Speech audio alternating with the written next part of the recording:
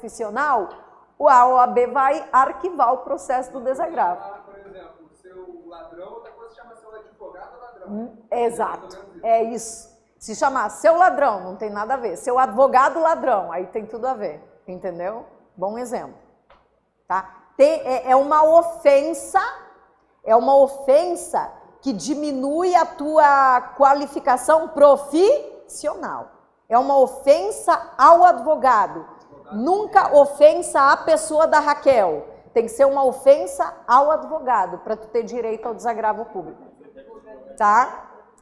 Ó, gente, recebidas ou não as informações. Então vamos dizer que a autoridade não informou nada, não tem problema. Recebidas ou não as informações, o relator vai emitir um parecer e se ele entendeu que foi um agravo mesmo, ele vai encaminhar para a autoridade, que provavelmente é o presidente do conselho, né, para que decida e marque a audiência de desagravo.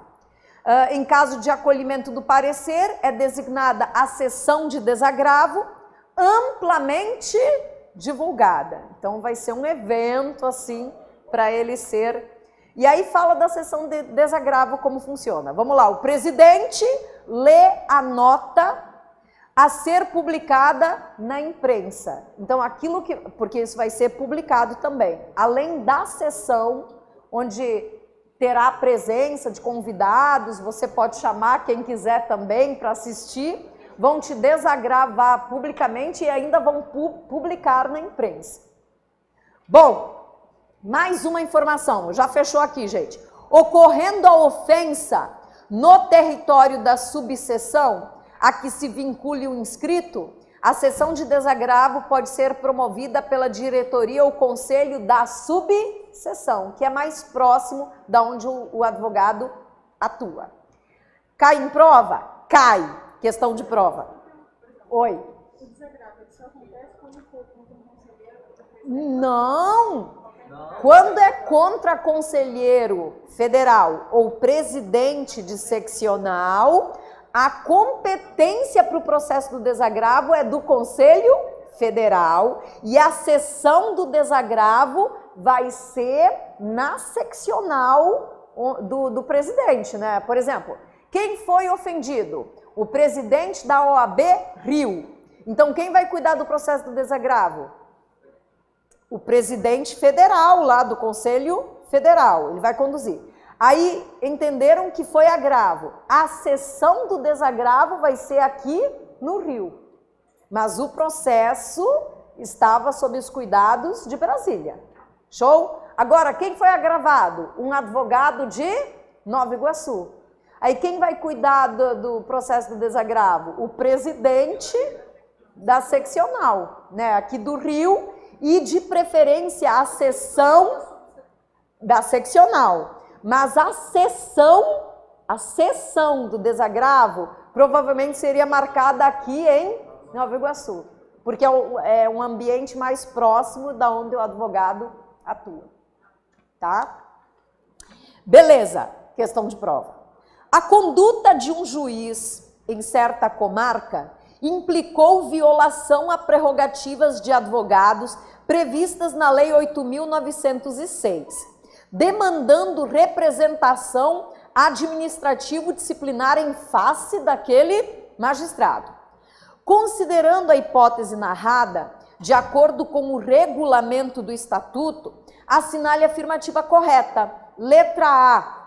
É competência dos presidentes do Conselho Federal, do Conselho Seccional ou da subseção formularem a representação administrativa cabível. Em razão da natureza da autoridade e da providência, o ato não pode ser delegado a outro advogado. Então, o que está dizendo aqui? Uma prerrogativa de um advogado foi o quê? Violada. A OAB deseja fazer uma representação. Quem seriam os competentes para fazer essa representação? O presidente do Conselho Federal, o presidente da seccional, o presidente da subseção. Vedada a possibilidade de delegar isso para um advogado. Errado. Eles pode delegar, são os chamados delegados, né? Então, meu gabarito é letra D de dado, é competência desses presidentes, todavia, pode ser designado outro advogado investido de poderes bastantes para o ato. São os famosos advogados delegados, aqueles que atuam na defesa das prerrogativas dos colegas, né? Mais uma, porque isso cai. O advogado Mário dos Santos, presidente do Conselho Seccional Y da OAB, foi gravemente ofendido em razão de seu cargo, gerando violação a prerrogativas profissionais. O fato obteve grande repercussão no país. Considerando o caso narrado, de acordo com o regulamento do Estatuto da Ordem, assinale a afirmativa correta. Peraí. Quem é esse advogado Mário? Ele é presidente de uma seccional e ele foi ofendido. E a pergunta é, a quem compete conduzir o processo do desagravo? Ao Conselho Federal, né? Então, compete, letra A, compete ao Conselho Seccional Y promover... Não. B, compete ao Conselho Federal da Ordem promover o desagravo público, ocorrendo a sessão lá em Brasília? Não, a sessão tem que acontecer na seccional Y. Então eu fico com a letra D de dado. Compete ao Conselho Federal da OAB promover o desagravo público, ocorrendo a sessão do desagravo, aonde? Na seccional Y. Entenderam a pergunta? Quem foi ofendido?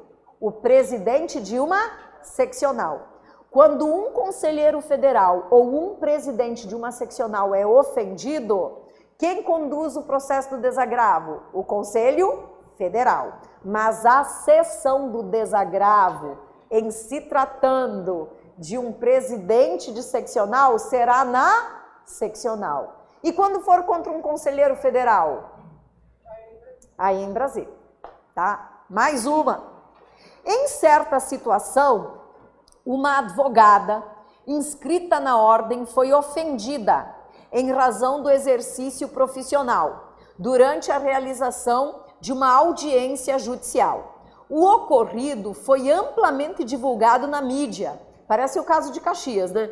Assumindo grande notoriedade e revelando de modo urgente a necessidade de desagravo público.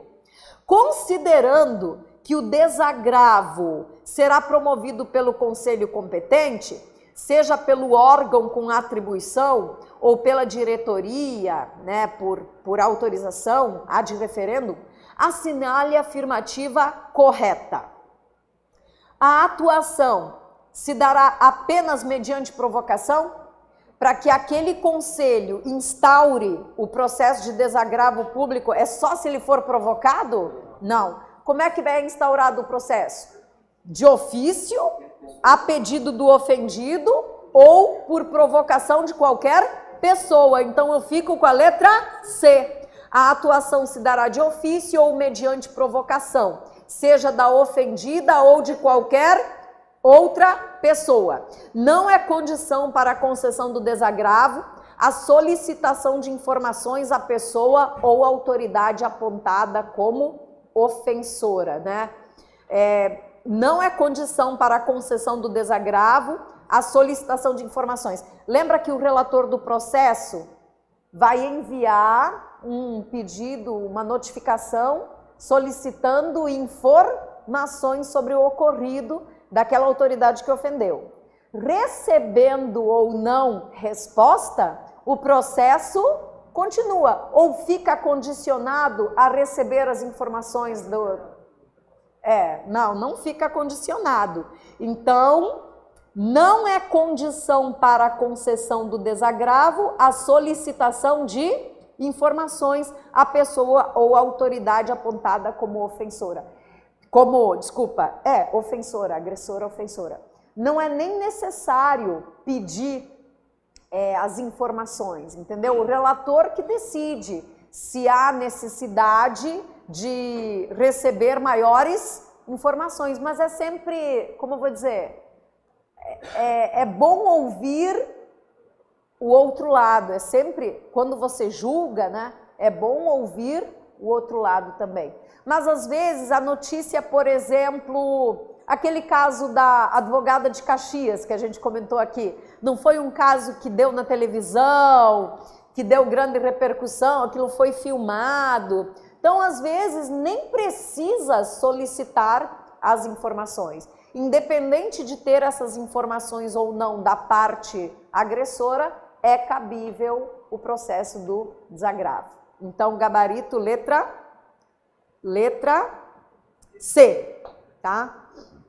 A atuação se dará de ofício ou mediante provocação. Quem pode provocar? O ofendido ou qualquer pessoa. E não é condição para a concessão do desagravo a solicitação de informações, porque às vezes o que você tem já é o quê? Suficiente. Bom, próximo assunto. Estamos matando vários assuntos. Eu estou indo por capítulo, não estou deixando nada passar. Mas eu pego as informações mais importantes. Inscrição do advogado. Você deseja agora inscrever-se como advogado. O que você tem que apresentar para poder ser deferida a tua inscrição? Vamos lá? Capacidade civil. Então, você tem que ter capacidade civil. Você tem mais de 18 anos? Né? Você tem algum problema mental que ensejaria uma incapacidade absoluta? Não, né? Então, você tem plena capacidade civil, né? Diploma. Você já está com diploma na mão? Ou pelo menos uma certidão de conclusão do curso de bacharel em Direito, né? Numa instituição oficialmente reconhecida pelo MEC. Beleza? Tô com tudo na mão, professora. Como é que tá teu título de eleitor? Vão exigir teu título de eleitor e para os meninos, quitação do serviço militar, tá? É mais ou menos o que eles exigem para ingressar num concurso. O que mais? Aprovação no exame da ordem. Aprovação no exame da ordem. Você vai buscar, tá? Não exercer atividade incompatível com a advocacia. As incompatibilidades nós vamos ver no artigo 28, inclusive já está nesse material, se você quiser olhar no finalzinho, já pode ver as incompatibilidades. Idoneidade moral. Lembrando que você vai chegar lá e vai dizer, eu tenho idoneidade moral, mas alguém pode chegar lá e dizer, ela não tem. Aí o que acontece, gente? Alguém pode suscitar a tua inidoneidade moral. Alguém pode levantar. Pô, essa aqui não pode se inscrever como advogada, gente. É uma pilantra, é isso, é aquilo. Alguém pode levar isso lá na ordem. E aí a OAB vai avaliar. Ela vai abrir um processo, tá? Um processo administrativo, eles vão verificar se aquilo realmente é verdade, do que se trata, e aí eles vão pôr em votação. E para te considerar inidôneo, quantos votos tem que ter? No mínimo 2/3 de todos os membros do conselho competente. E tem que te garantir ampla defesa. Então eles vão abrir um processo para verificar a tua idoneidade moral, vão te garantir defesa, tudo direitinho, e para te dizer que você é inidôneo, eles precisam 2/3 dos conselheiros da seccional. Beleza. Prestar compromisso perante o conselho. E qual seria o motivo para dizer que você não tem idoneidade moral? Qual seria o argumento? Se você foi condenado por um crime infamante. E aí vem, salvo reabilitação, né? Porque você condenado por um crime, cumprido a pena, você pode entrar com um processo de recuperação para voltar a ser um um réu primário, uma pessoa boa, né? Beleza, mas você não entrou com esse processo de recuperação ainda. E você tem uma condenação criminal e alguém pode suscitar a tua inidoneidade moral e aí o conselho vai avaliar que crime você praticou. Porque se for um crime infamante, eles podem, por 2/3, dizer que você não pode se inscrever na OAB, mesmo tendo passado na prova, aquilo tudo, no exame, né? E aí você pergunta, professora, o que é um crime infamante? Não existe um capítulo lá no Código Penal dos crimes, esses são os crimes infamantes. E aí entra um grau de subjetividade que é sempre perigoso. Mas assim, um conceito seria aquele crime que, tipo, desacredita a moral da pessoa. Me dá um exemplo. Fui condenada por estelionato. Né? Isso denigre a minha moral, a minha credibilidade. Fui condenada por falsidade ideológica. Fui condenada, o 7-1, né? Os crimes relacionados a 7-1, que a gente fala assim. Esses são os crimes infamantes. Alguns entendem também aqueles crimes que chocam muito a sociedade, por exemplo, crimes hediondos também podem ser considerados. Aqueles que a Constituição considera inafiançáveis, imprescritíveis, né? Esses crimes assim que chocam a sociedade podem ser considerados também infamantes. E aí a OAB vai avaliar e pode não deixar, não permitir a tua inscrição, mesmo você atendendo os demais requisitos. Mas vai dar tudo certo, não vai acontecer isso, né, gente? Deve ser feita no Conselho Seccional, onde você pretende estabelecer o seu domicílio profissional. Então, assim, por exemplo, vou dar o meu exemplo. Eu me formei lá no Rio Grande do Sul, né, no ano de 2000, eu me formei no ano de 2000. Eu lembro que a minha prova, olha a loucura, minha festa de formatura foi em janeiro, eu casei em fevereiro, com festa e tudo, e meu exame da ordem foi 9 de março, e eu ainda consegui passar, né? Mas na minha época só caía penal e processo, trabalho e processo, não, e civil e processo. E aí tinha a parte que você escolhia, aí eu escolhia, tipo, segunda fase. Só 6 matérias. Molezinho, né, gente? Só caía penal e processo, civil e processo, trabalho e processo. Primeira fase. Sempre.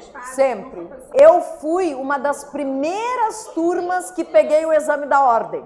Porque um pouco antes de mim, não tinha exame da ordem. Eu sou antiga, gente. Hã? Eu fiz penal. Ai, filho, tu tá de sacanagem comigo? Do ano de 2000, tá? Aí, beleza. Aprovei. Eu lembro que na prova objetiva eu fui muito bem, uma das melhores da minha turma, e eu não era a melhor aluna da turma. É engraçado isso. Normalmente você pensa, quem passa no exame da ordem é o que tirou aquela média condecorada lá na formatura. Galera patinou. Eu consegui uma boa média na prova objetiva, mas na peça quase que eu fiquei. Eu fiz aquele mínimo. E eu escolhi penal. Eu lembro até hoje, foi uma... o recurso penal. O recurso penal, como chama o recurso penal? Não é apelação. Recurso em sentido estrito. Isso que caiu para mim. E quase que eu fiquei. Eu tirei o mínimo, mas entrei, beleza. Onde eu fiz o exame da ordem? Eu fiz o exame da ordem no Rio Grande do Sul, entenderam? Só que eu me inscrevi na seccional do Rio, por quê? Porque foi o local que eu passei a ter o domicílio. Então, eu só fiz o exame da ordem lá, trouxe toda a documentação de aprovada na seccional do Rio, porque eu finquei meu domicílio aqui em Nova Iguaçu. há mais de 20 anos, tá? Então é assim que funciona. Você faz a prova, hoje o exame é unificado, na época não.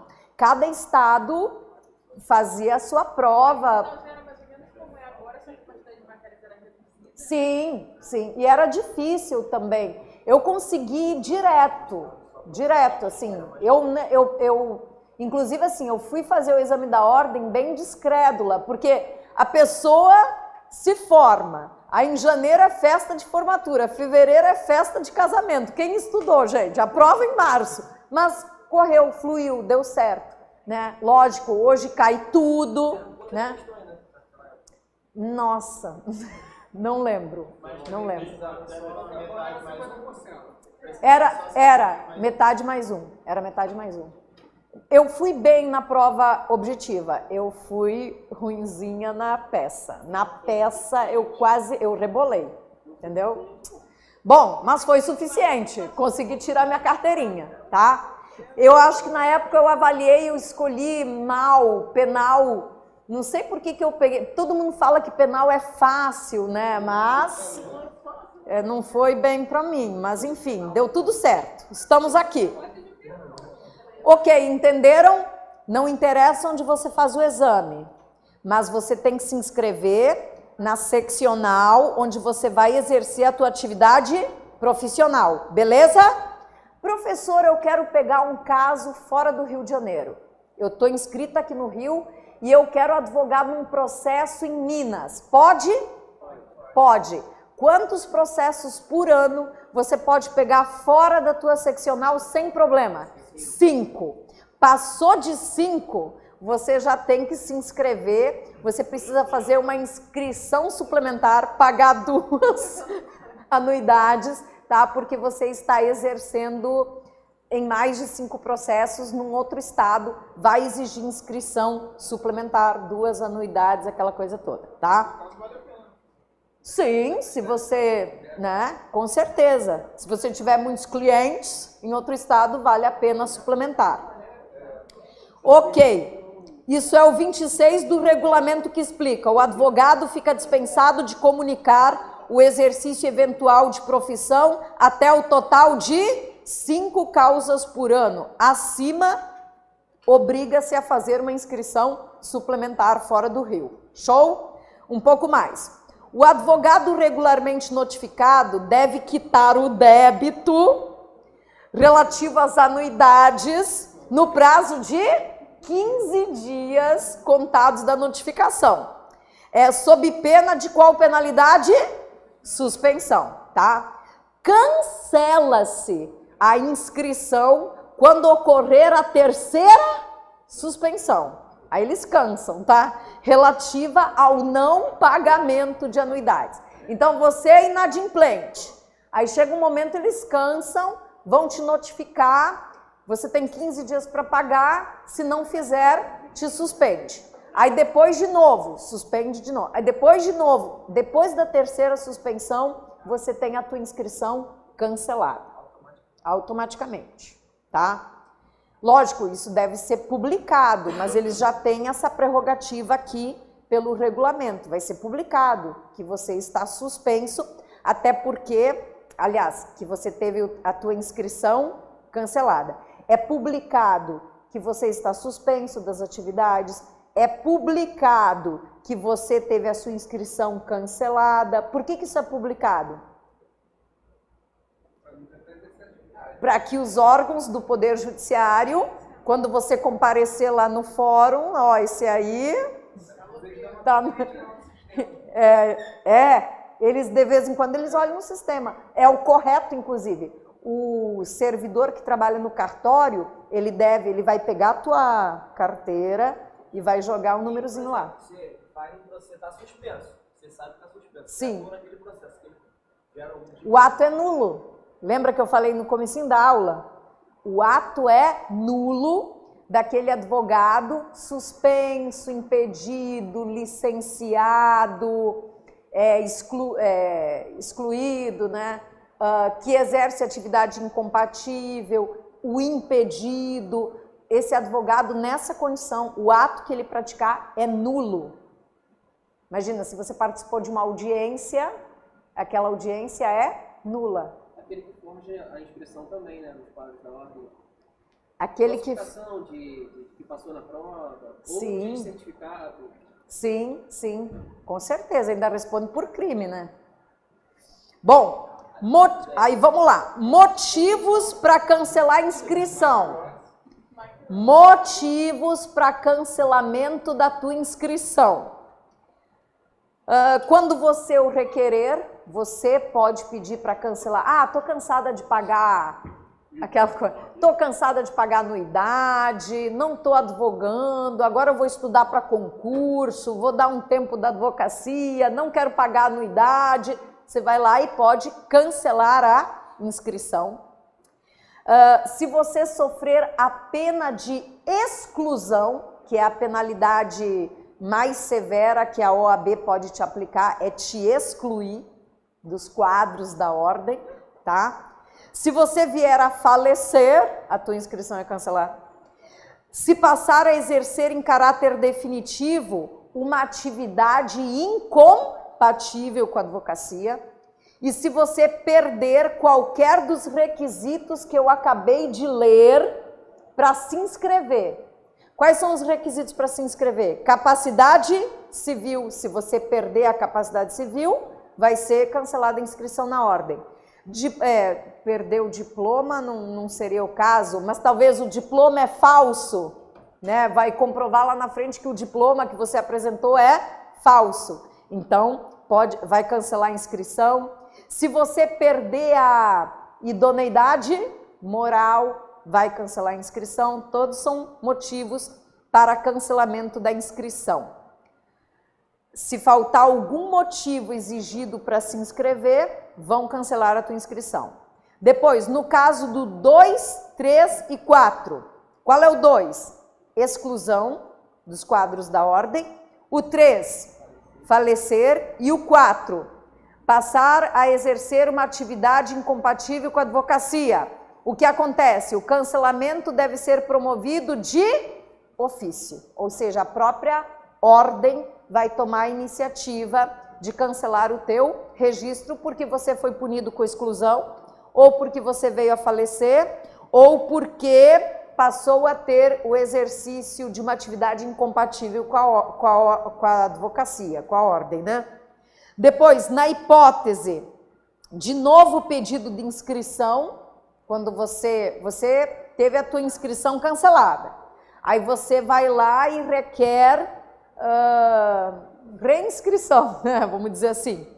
Nesse caso, uma inscrição que não restaura o teu número, ou seja, você vai buscar uma nova inscrição. Você não vai resgatar a tua antiga, você vai buscar uma nova. Nesse caso, deve fazer prova do item 1, capacidade civil, do item 4, aprovar no exame da ordem, do item 6, idoneidade moral, e do item 7, que é prestar compromisso. Prestar compromisso. Sim. Se você... Vamos lá. Você incorreu numa hipótese que você perdeu aquela inscrição e você agora quer buscar na ordem uma nova inscrição, um novo número, tem que fazer exame da ordem. Então, se for alguma situação que te permite reativar aquele número, por exemplo, vamos lá, uma atividade incompatível com a advocacia, o que seria? Magistratura, lembra? Magistratura. Só que depois que eu saio do cargo de juiz, eu posso voltar a exercer a advocacia se eu respeitar aquela quarentena de 3 anos.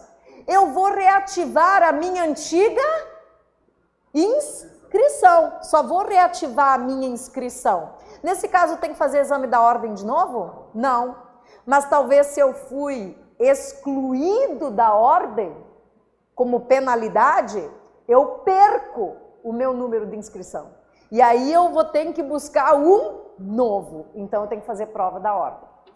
Esses 3 anos é apenas para formar quando ele atuava. Apenas para o tribunal perante o qual ele atuava. Se for para outro estado, ele não precisa cumprir. Sem problema, não precisa do período de carência, tá? Bom, vai. Caso de cancelamento pelo não pagamento, depois de 3 sanções, também teria que fazer nova prova? Eles não falam.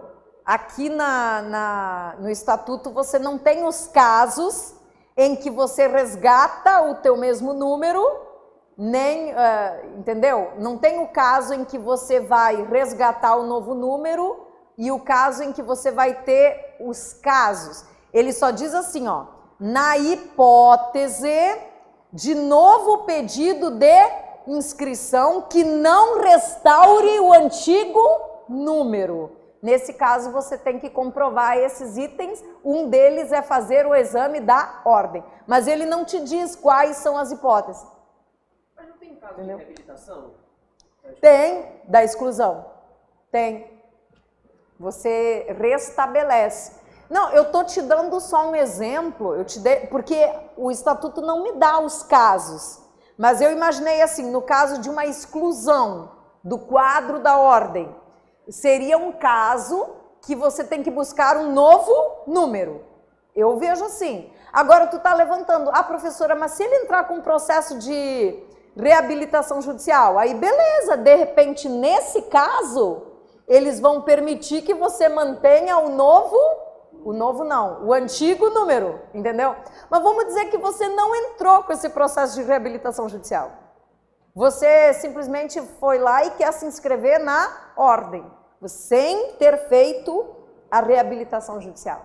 Aí, nesse caso, provavelmente, você vai ter que buscar um novo número. E aí tem que fazer exame. Se você foi excluído do quadro, mas conseguiu a reabilitação judicial, eles provavelmente vão te dar o mesmo número. Eu vejo assim. Aqui faltou, né, te dar as hipóteses. Meio que ficou na mão deles, né? E os casos de licenciamento? No caso, na hipótese do inciso 2. Qual é o inciso 2? Tem mais uma observação. Do processo de exclusão, ó. Na hipótese do inciso 2, o novo pedido de inscrição deve ser acompanhado de prova de quê? De reabilitação. O que deu a entender aqui? Se você sofreu penalidade de exclusão, você pode pedir um novo número de inscrição, mas você só consegue se você trouxer um processo de recuperação judicial, senão eles não aceitam. Não aceitam você mais na ordem. Tá. Vamos de novo. Calma. Aqui, ó. Motivos para cancelar a tua inscrição. Vamos do começo. Motivos para cancelar a tua inscrição. Quais são os motivos? Primeiro, você pediu. Segundo, foi excluído. Terceiro, morreu. Quarto, passou a exercer atividade incompatível com a advocacia. E 5, perdeu os requisitos de inscrição. Por exemplo, perdeu a capacidade civil. Então vai cancelar a tua inscrição na ordem. Beleza. Aí o que você entende? Foi cancelada a tua inscrição. Existem casos em que você vai comparecer à ordem um dia e vai reabilitar a tua inscrição. Como é o caso, por exemplo, do momento que eu deixar de exercer uma atividade incompatível. Imagina, eu sou advogada, fiz concurso para juiz, passei no concurso, vou deixar de ser advogada, vou cancelar minha inscrição porque eu vou exercer uma atividade incompatível. Quando eu me aposentar como juíza, eu posso voltar a exercer advocacia? Posso. Eu vou lá e vou reativar a minha inscrição. Quando você passa no concurso para juiz, você tem que automaticamente pedir o cancelamento da sua inscrição, você não pede licença? Não, você é proibido de advogar. Você é proibido, é uma atividade incompatível com a advocacia. Agora observa, qual é o inciso do incompatibilidade com a advocacia? Qual é o inciso? O 4, né? Passar a exercer atividade incompatível com a advocacia, certo? Aí observa um pouco abaixo. Na hipótese de novo pedido de inscrição, que não restaura o número de inscrição anterior, deve o interessado fazer prova dos requisitos do 1, 5, 6 e 7. Veja bem, eu era advogada, virei juíza, me aposentei como juíza, agora eu quero voltar a advogar. Eu vou voltar para a ordem e eu vou pedir para reativar a minha inscrição. O que você acha? Eles vão me dar um número novo? Vão manter o número. Nesse caso, que eles vão manter o número, será que eu tenho que fazer exame da ordem de novo? Não. Só que eu achei que você não tinha que cancelar tudo. Eu achei que a sua ordem ficava suspensa. No caso do 4, ó, um pouco antes. Nas hipóteses do 2, 3 e 4. O 4 é da atividade incompatível. O cancelamento deve ser promovido de ofício pelo conselho competente ou em virtude de comunicação por qualquer pessoa. Na verdade, é ela que te desliga, cancela. Mas nesse caso você consegue se reabilitar sem fazer um novo exame, porque é justo, né? Agora, imaginem outras hipóteses. O número é o mesmo? Deve ser. Então, é isso que nesse caso, eu acredito que o número é o mesmo. Agora, sim, se for um motivo de terem cancelado a tua inscrição e que para restabelecer eles vão te dar um número novo, aí vai ter que fazer o exame da ordem. Aí você me perguntou quais são os motivos e eu te disse o que? Eles não estão aqui. Mas eu imagino o da exclusão. Olha só, eu fui excluída do quadro da ordem. Eu acredito que se eu quero voltar para a ordem, eu tenho que eu tenho que passar de novo no exame da OAB. Se não diz aqui também, fica no si, né? Fica no si. Mas eu imagino que é uma penalidade. Tanto é que ele diz agora, ó, bem no final, na hipótese do inciso 2, qual o inciso 2? A exclusão. O novo pedido de inscrição também deve ser acompanhado de prova de reabilitação. Ou seja, eu fui excluída da ordem, eu só volto para a ordem se eu apresentar o que ele disse antes, a tal da recuperação judicial, que é aquele processo que eu comprovo para o juiz, que eu cumpri minha pena, que eu sou uma pessoa direita de novo, que praticamente eu volto a ser um réu primário. Eu vou ter que trazer isso. Aí tem que ver se você está impedida ou incompatível. Aí tem que ver se o prefeito cai no impedimento e incompatibilidade. Eu nunca decoro isso, gente. Quem tem que decorar é vocês.